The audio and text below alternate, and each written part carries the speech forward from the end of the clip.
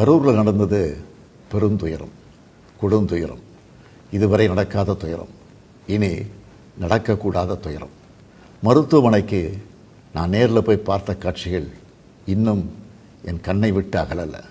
கனத்த மனநிலையிலையும் துயரத்திலையும் தான் இன்னும் இருக்கேன்.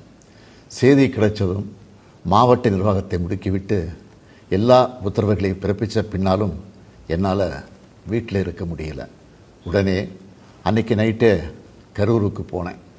குழந்தைகள், பெண்கள்னு 41 உயிர்களை நாம் இழந்திருக்கிறோம். இறந்து போனவங்க குடும்பத்துக்கு தலா 10 லட்சம் ரூபாய் அறிவித்து அதை உடனடியாக வழங்கிட்டு இருக்கோம். ஹாஸ்பிட்டலில் சிகிச்சை பெற்று வர்றவங்களுக்கு அரசு சார்பில் முழு சிகிச்சையை வழங்கி வரோம். நடந்த சம்பவங்களுக்கான முழுமையான உண்மையான காரணத்தை ஆராய முன்னாள் நீதியரசர் அருணா ஜெகதீசன் அவர்கள் தலைமையில் ஒரு நபர் விசாரணை ஆணையம் அமைக்கப்பட்டிருக்கு. ஆணையத்தோட அறிக்கை அடிப்படையில் அரசோட அடுத்த கட்ட நடவடிக்கையில் இருக்கும்னு உறுதியளிக்கிறேன். இதற்கிடையே சோஷியல் மீடியாவில் சிலர் பரப்புற வதந்திகளையும் பொய் செய்திகளையும் பார்த்துட்டு தான் இருக்கேன். எந்த ஒரு அரசியல் கட்சி தலைவரும் தன்னோட தொண்டர்களும் அப்பாவி பொதுமக்களும் இறக்கிறத எப்பொழுதும் விரும்ப மாட்டாங்க. இந்த சம்பவத்தில் உயிரிழந்தவங்க எந்த கட்சி சார்ந்தவங்களாக இருந்தாலும் என்னை பொறுத்த வரைக்கும் அவங்க நம்மளோட தமிழ் உறவுகள்.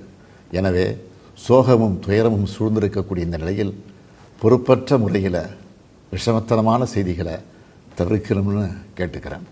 அரசியல் கட்சிகள், பொது அமைப்புகள் இது போன்ற நிகழ்ச்சிகள் நடத்தும்போது இனி வரும் காலங்களில் எத்தகைய பொறுப்போடு நடந்துக்கணும்ன்ற விதிமுறைகளை வகுக்க வேண்டியது நம்ம எல்லோருடைய கடமை. எனவே நீதியரசர் ஆணைய அறிக்கை கிடைச்ச பிறகு எல்லா அரசியல் கட்சிகள், பொது அமைப்புகளோடு ஆலோசனை நடத்தி இதற்கான விதிகள், நெறிமுறைகள் வகுக்கப்படும்னு உறுதியளிக்கிறேன். அத்தகைய நெறிமுறைகளுக்கு எல்லாரும் ஒத்துழைப்பு தருவாங்கன்னு நம்புகிறேன். மனித உயிர்களே எல்லாத்துக்கும் மேலானது. மானுடப்பற்றே அனைவருக்கும் வேண்டியது.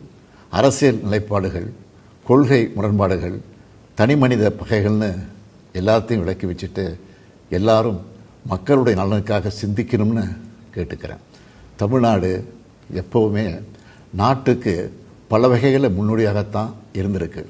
இது போன்ற நிகழ்வுகள் இனி எந்த காலத்திலையும் நடக்காமல் தடுக்க வேண்டியது நம்ம எல்லோருடைய கடமை. நன்றி, வணக்கம்.